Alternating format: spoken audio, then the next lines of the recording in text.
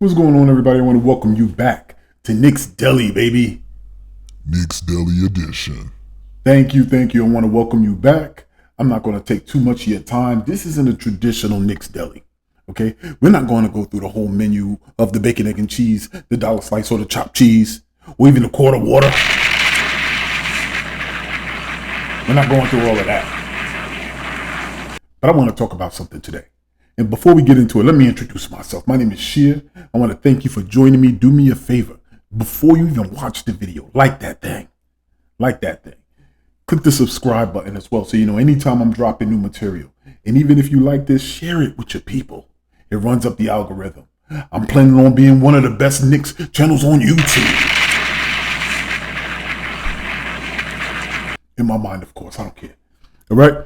So rock with me.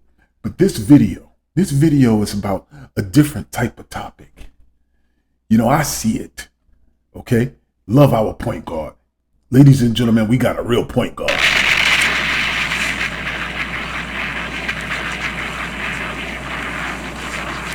But I see it always. I always read behind the words and read through the lines. I always do it.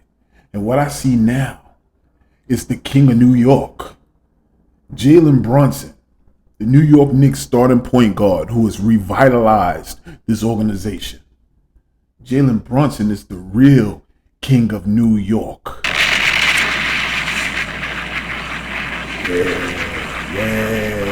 Yeah. But I have a question for you. Is he becoming like every other king once they're crowned? What do you mean, Sheer? What are you talking about? Get to the point, Sheer. Don't rush me. We always talk about King James and Klutch and how once they combined forces, they were able to keep a strong fist on the league for years to come. My question to you is the same thing happening with Jalen Brunson, who has since revitalized and lifted up the New York Knicks organization and the New York market, all under the umbrella and guise of CAA. Is Jalen Brunson the one pulling the strings on this puppet? I'm not mad at it, but this is what we're going to talk about today, because this is how it's all unfolding, and I had to turn my spidey senses off. My spidey senses was tingling all day. So we're going to talk about a little bit about the timeline. But before I get into it, and it's not a negative thing, it's just unusual that it happens for us, okay? And that it's going to benefit us as Knicks fans. You know, we were always that little kid that was in the party saying, why doesn't the good things ever happen to us? Well, God damn it, it's happening.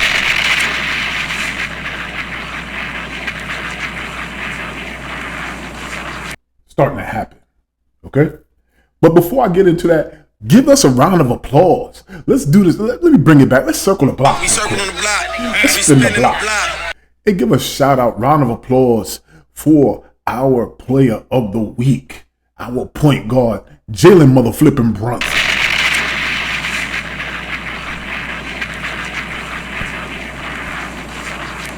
I don't know what to do with myself, man. Yo, we got a point guard. We have a point guard. God damn it, I'm old as hell. And many of you young bucks, you Gen Zers out there, I understand your plight. Never in your lifetime has the New York Knicks had a point guard like this. Well, God damn it, I'm old as hell. And in my lifetime, we ain't have a point guard like this. All right? But I want to just talk about it, man. I was really, I've been watching it from day one, man. Been a big fan since the rumor came about that we possibly will get Jalen Brunson from the Dallas Mavericks. So I was always looking at it like, man, okay, let me put some eyes on this cat. Let me watch about what he's doing in Dallas and see what he's doing. And then you started seeing that little run that he made in Dallas. And then you started paying attention to the narrative behind the story. All right, this kid is pretty good. There might be a possibility that we can sign him. Maybe he'll be a backup for us until we get another point guard. You know, like maybe he'll be a good player to hold us over until we get somebody that's a little bit better. Let's pay attention to this kid. And then as he started to ascend through the playoffs, taking his team, carrying his team, When Luka went down, the superstar, the next face of the league, goes down, he lifts up the team and he takes them to another level, all the way to the Western Conference Finals. Now everybody is talking about him. But also the next part of the topic that they're talking about is the fact that he is an unrestricted free agent. Unrestricted free agent. You see how talented this kid is? You can't break him and Luka up. What's going on? Why didn't you sign him? And then that's when the backstory starts coming out. The fact that he went to the organization and offered to sign an extension a little bit earlier, and Dallas didn't want to do it. Dallas didn't want to do it. Apparently it was 3 times that the opportunity presented itself for Dallas to sign Jalen Brunson on a dotted line to be with the Mavericks for years to come. And they didn't do it. And that last time is when Daddy Brunson stepped up to the table as well, along with his son. And when they said, you know what, we're just going to ride it out and wait till the end of the season to see how this thing turns out. Then in Jalen Brunson's mind, he said, you know what, all right, bet. I'll bet on myself.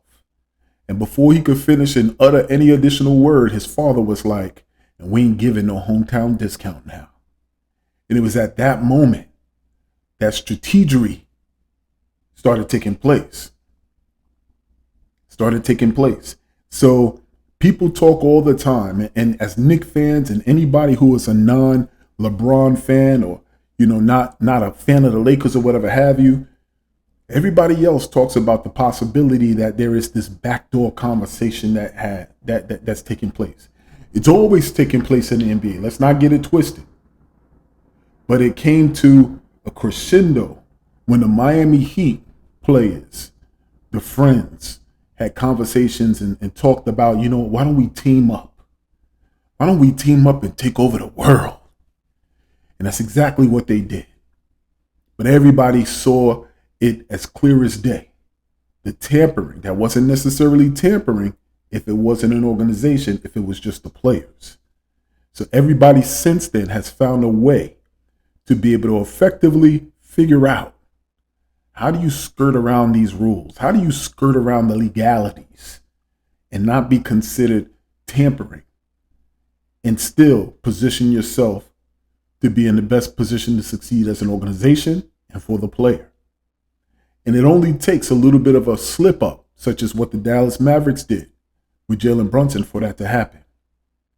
So as we're watching it, man, we're in the sweepstakes. We're hearing about him taking all these meetings and possibly coming to New York or possibly going to Miami. And all of a sudden he's canceling his meeting with Miami. And then out of nowhere, the New York Knicks has hired Rick Brunson as a coach on the staff. Oh, no, what? No, it has nothing to do with nothing. He's just a great coach. And Tom Thibodeau, he's been on Tom Thibodeau's staff before. We just want to make it possible for him to get another opportunity to be on a coaching staff in this league. Okay? Once again, how do you skirt around the rules without breaking them? That was a strategic move that came out of the blue. Everybody knew what it was, but nobody could say anything. Okay? And ultimately, once again, that's what it is. When you hire a former agent of one of the most powerful, actually the most powerful at that time when he was in charge, because his client was LeBron James, was Carmelo Anthony. Those were his clients, was Chris Paul. So he was the most powerful, the head of the most powerful agency until they broke off and created Klutch. And then now they became the ops. But just as much as we poo-poo Klutch and everything that they're doing, CAA says, hold my beer. Here. Hold my beer. And watch me work. So ultimately, they were able to hire Jalen Brunson's dad.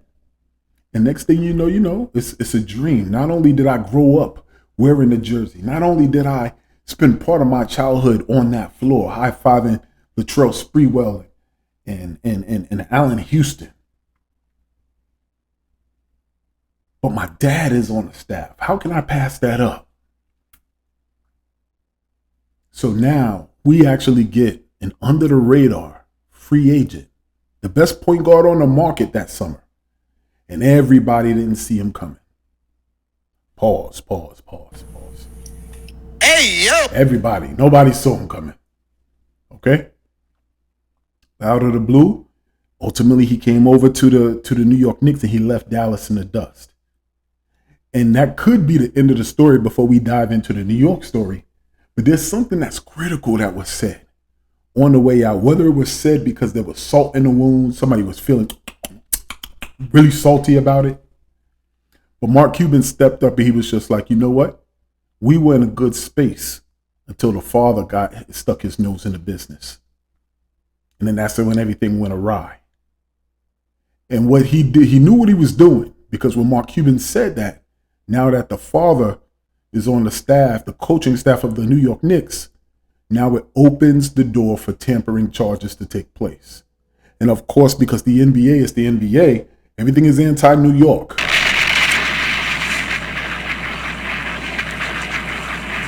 Everything. And your boy Adam Silver, This bitch! is going to bring up those charges and levy them against the New York Knicks. But what's done is done.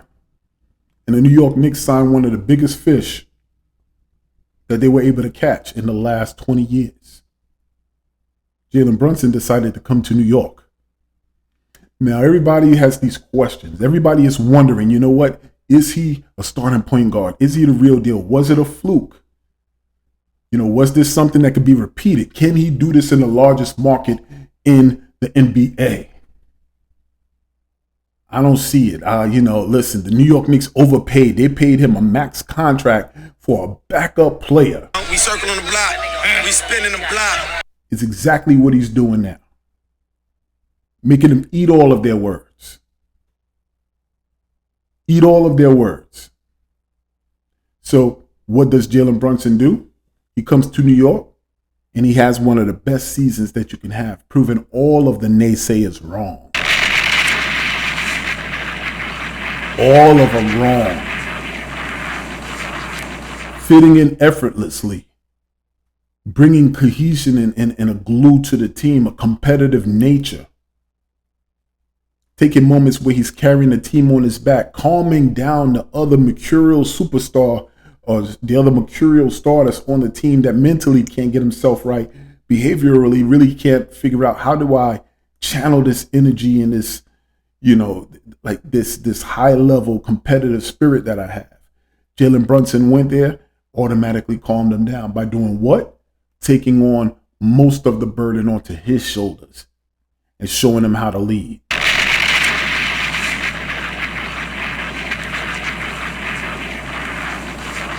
Meanwhile, in the front office, they had a vision for what it was. They knew who it was that they were getting. They known this young man from the character, from the crib to the character as a teenager to a young adult. Whether it was his father who could speak to what is built inside this kid, or Tom Thibodeau, who have seen him from the cradle to college and knows that the level of persistence and resilience he has. And if I coach him hard, he won't buckle. Yeah, bring this kid in. I think he's the one. So Leon Rose goes out and he makes it happen. And he's like, yeah, so we have our point guard. Let's leverage him. First off, let's take away any expectation New York fans may have on him. And he said right away, he's just a piece. He's not a superstar. He's not a star. He's just a piece, Knicks fans.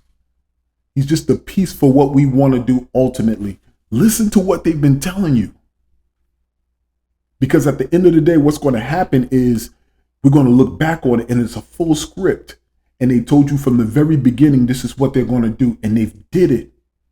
They've done it methodically. They've done it systematically. They've done it intentionally.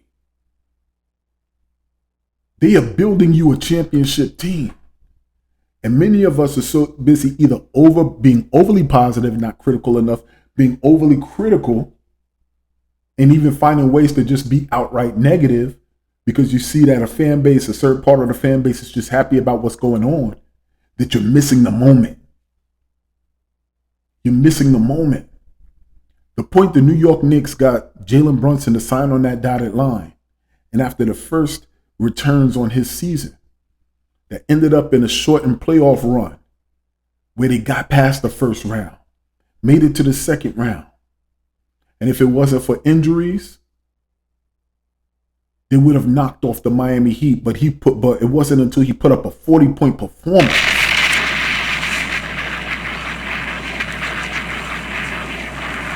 in Game 6. The New York Knicks was one win away from going for representing in the conference finals as a result of Jalen Brunson leaving it on the floor. And what happened at the end of that game?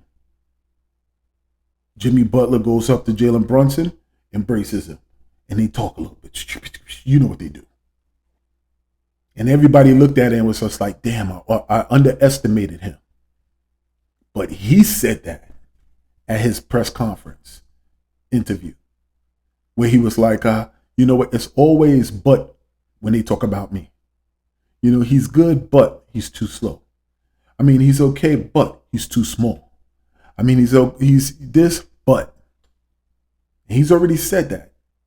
And he said all he does is just he shuts up, he goes out, and he proves them wrong by being himself. But what I love to see is the following.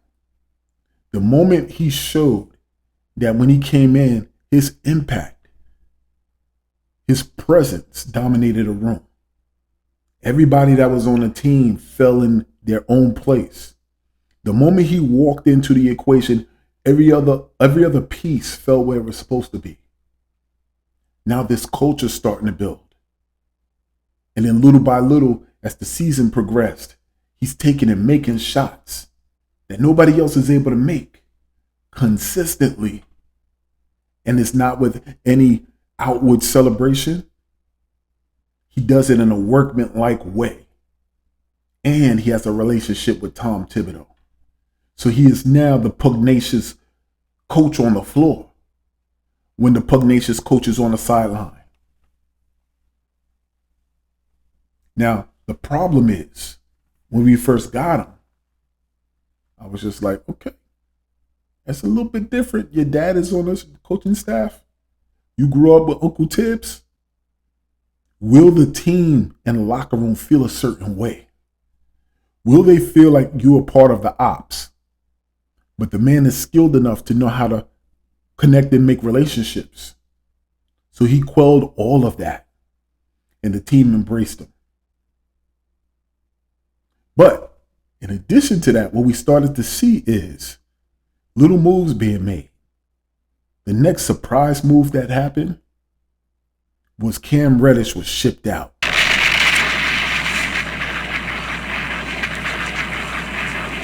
And around this time last year, Josh Hart was brought in. Josh Hart was brought in, and then they filmed Jalen Brunson's reaction while he was out at a Ranger game. He was getting his jersey retired at Villanova, and he was at that game. And then the news came, his friend showed him the phone, and he was just like, yes. They went and got his Villanova brother and brought him from Portland into New York. And it was that moment I was like, let me find out. They are building this team around Jalen Brunson. And then the next thing you know, Ryan DiArchino, part of the team. Ryan could have been there before. I'm not sure. But now you have Josh Hart, you have Ryan DiArchino, and all of a sudden now you have Dante DiVincenzo.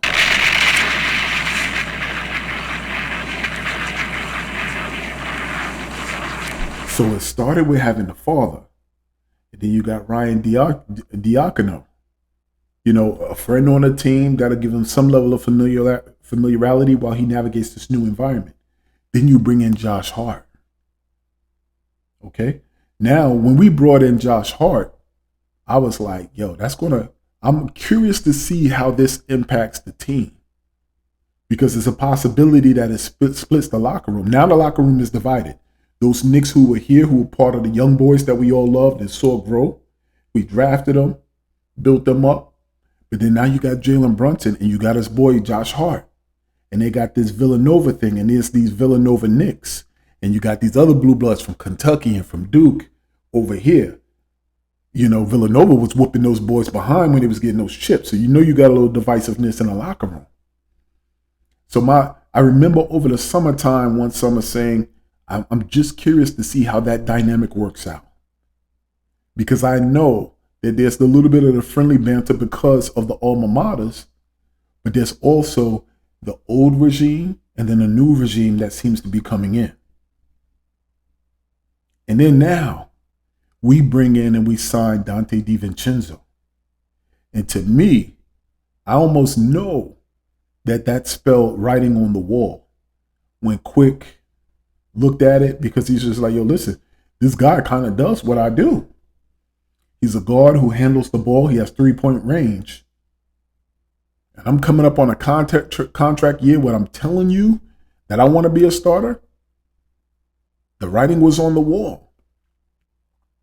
Now, you know, all of those Knicks who came up together as the young crew, as the young core, who was going to help bring New York back. You know they got loyalty and allegiance. So they see what's happening. You know that they talk with each other. And then ultimately what happens is when minutes distribution starts becoming a problem, then you start hearing the murmuring. And the first person who was outwardly disappointed and upset about the minutes was Obi. And then that topic of conversation about, you know, you not pulling Julius when Julius is stinking it up.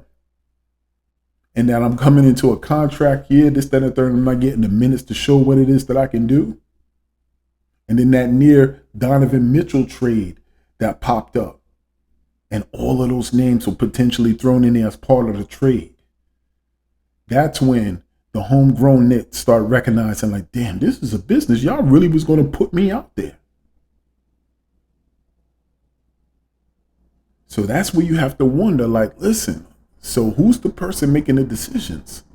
CAA and Leon Rose. Like, who's one of the clients? Brunson was a client. Daddy Brunson and now son Brunson. So that's when people start defecting. Come the summertime, Julius defected and RJ defected to a different agency and away from CAA. And that is also a sign for them to break away from the agency that's tightly affiliated with, you know, Leon Rose and the New York Knicks organization. Shows you that they must have heard some murmurings that are taking place. And they don't know if it's true, but they have to protect themselves. And that's exactly what they did. So now that you have the Villanova Knicks who are in the organization now, and you had the level of impact that Jalen Brunson had in his singular first year, you can't tell me that that's not a sense of confidence, that you have the unwavering support and input into the steps that the organization take. No organization who has a star doesn't consult with that star when they're about to make moves.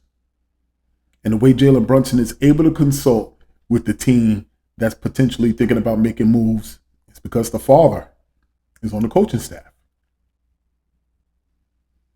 So you know that Jalen Brunson catches wind of any potential moves that'll take place. Nobody's asking him, how did you hear about it? When did you first know? He knew. He knew, which is why I let out with the question on Twitter. Why is it when these cats left, nobody's shouting out the New York Knicks? Nobody's shouting out us fans.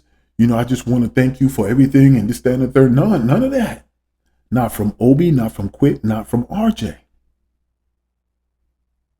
I mean, they'll probably make a, I appreciate the New York Knicks organization, everything that they've done for me, this, that, and the third, but this is a new chapter. Nothing about the New York Knicks fans, though.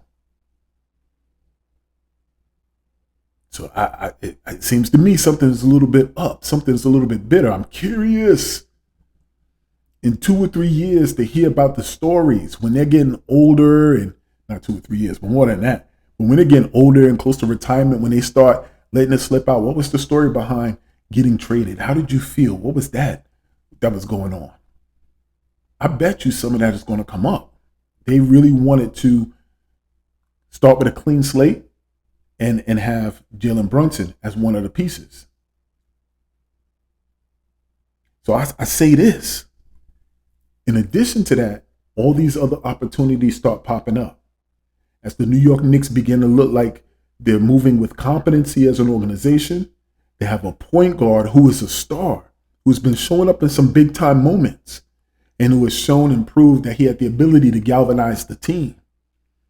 Now, as that star begins to rise, now the NBA is noticing. You know what?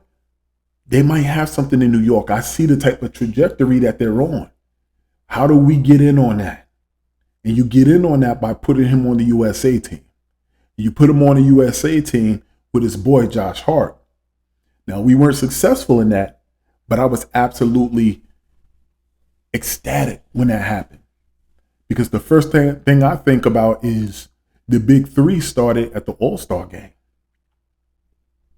They said their first set of conversations happened when, I'm sorry, not the All-Star game, in the Olympics, when they went to play for the national team.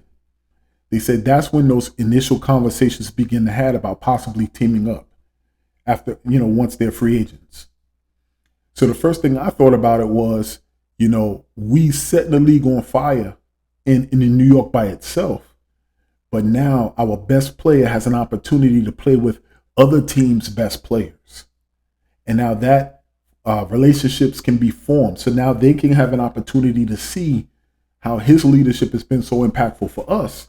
They can see it now for them on a national stage. And I wasn't talking about any other they, but Anthony Edwards. And that's exactly what happened. You notice at first, Anthony Edwards is a dog. So it's not going to be what's going on? Like, I like your game. It's going to be like, prove it. Show me. And by the end of that whole experience, Anthony Edwards, although he knew he was the best player on the team, he said Jalen Brunson was the head of the snake. I don't mean that literally or figuratively. He said that, though, meaning that snake is dangerous and he's the head of us. And that's exactly what I was hoping for. And that's exactly what you want to see. When the player on your team is respected, the moment other players start tipping their hat to you. For that boy Anthony Edwards to say that he's the head of the snake is a high point of respect coming from a young superstar in this league. And then even those moments where everybody was still talking about him in a doubtful type of way in his first year, you got little signs of people who show respect for him. I don't care what those pontificators are saying. John Morant stepped up and said, I don't know who they talking about. That boy Jalen Brunson is cold. And the next thing you know, Desmond Bain chimed in. He was just like, word, I doubled. I verify that. He right. And the next thing you know, they interviewed Donovan Mitchell after the Dallas Mavericks eliminated the Utah Jazz from the playoffs. And Jalen Brunson dropped, 30 or 40 on him? And it was just like, how do you feel with, the game, that type of game that Brunson had? Donovan Mitchell was at the podium like, why are y'all talking like this dude is a scrub? Do y'all know who he is? Donovan Mitchell said that. Do y'all know who he is? Y'all don't know, he's cold. And then we fast forward a year later. And in the playoffs, when the New York Knicks eliminate, they made it a point to put the foot on the necks of the Cavaliers and send them home. And he had to be in the same position. And basically, Jalen Brunson was reminding him, it doesn't matter what conference we're in. When the conversation comes up between you and me, there is no conversation between you and me. I'm going to repeatedly show you that. And that is what he's done. And with every opportunity where he gets to prove and display and prove people wrong, his doubters wrong, the more power you get. So not only do your opponents respect you, but now you start getting the silent conversations like we saw the other night in Philly. When the game is over and the league MVP in the past 2 to 3 years tracks down Jalen Brunson, and then they have the little hug and they do what the fake superstars of today do, cover their mouths because I don't want nobody to read lips while we talking this, that, and the third, and they laughing and they joking. But that's what you want to see. They weren't doing that with Julius when Julius had that phenomenal breakout year 2 or 3 years ago. It was almost like they didn't want to show him respect, that he was part of their club. And that's why Julius said the first time he made the All-Star team, it was almost like he didn't feel as if he deserved to be there. It was his first time. So he felt like a stranger in the room. And that's how they were treating him. And in many cases, that's how they still treat him. That's why the man, you got to be proud of him. He continues to work hard. He continues to put forth the same buckets on everybody. Because they still treating him like he's a fluke. Like he's not a winner. He's just empty points.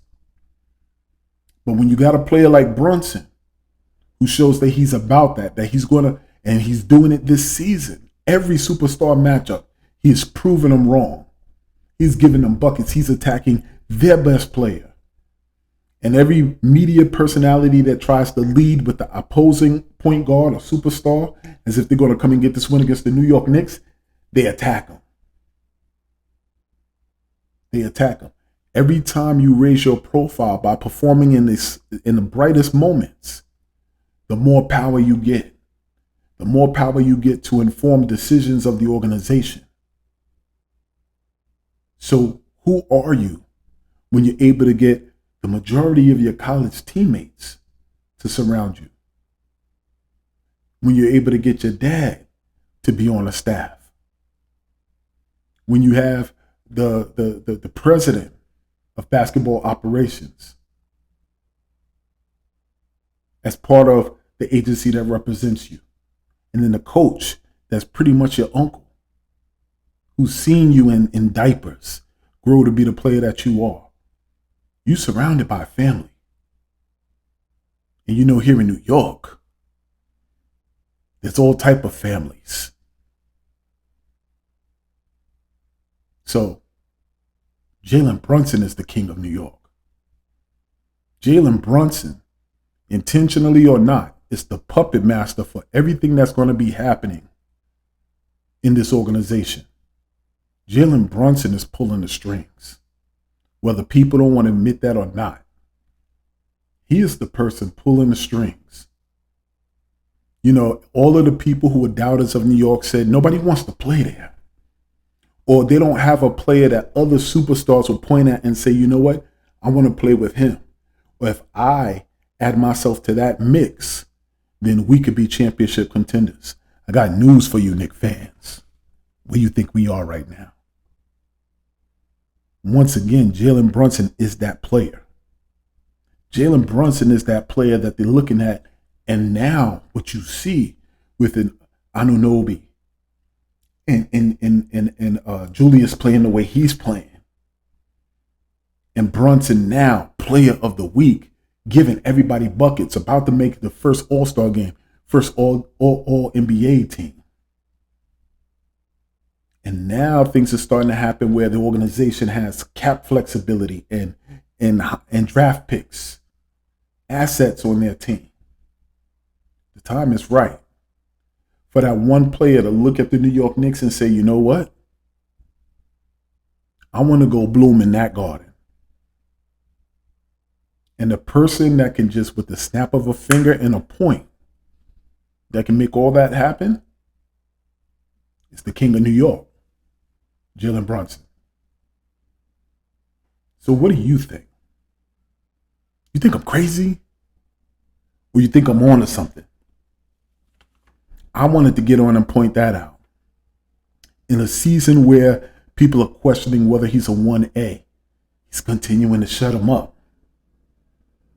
In the season where he's coming off of being snubbed for All-Star, even though his performance last year warranted that he be an All-Star or part of the All-NBA team or even get the Most Improved award.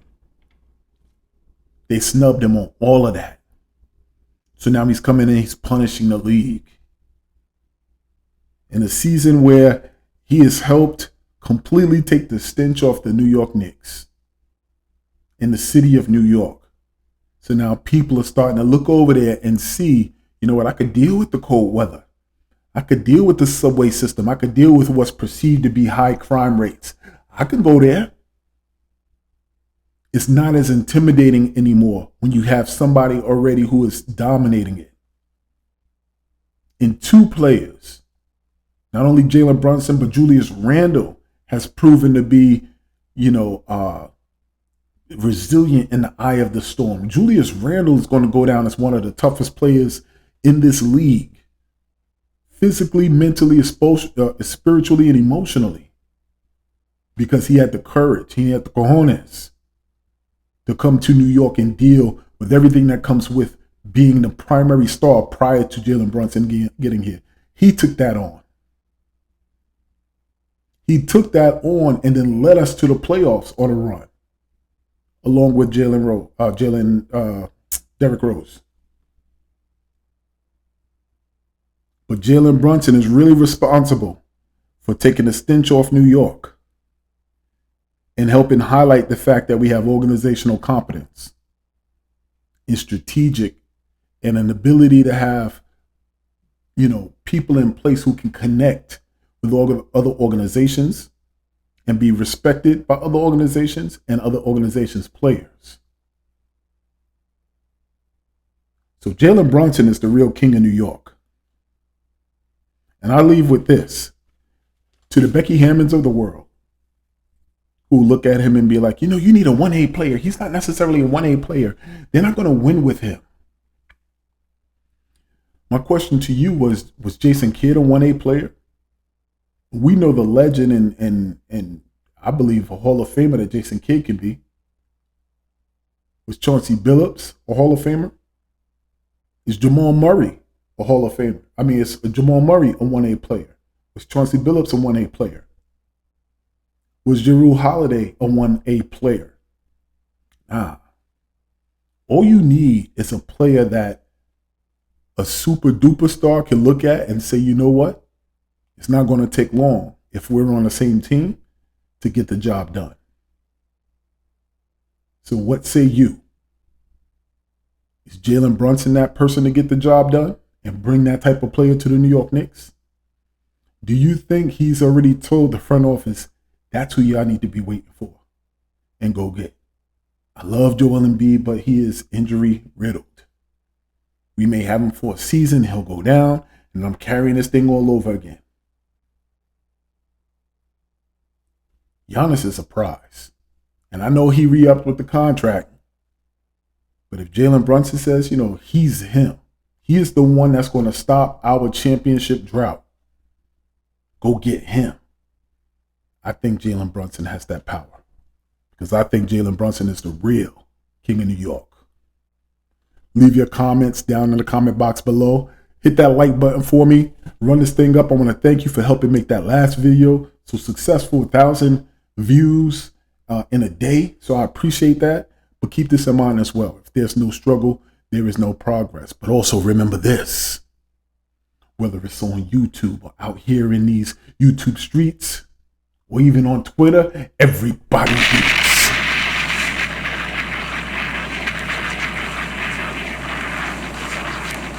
Here in Knicks Deli. Knicks Deli Edition. I'm your host, Sheer. Peace. I'm out.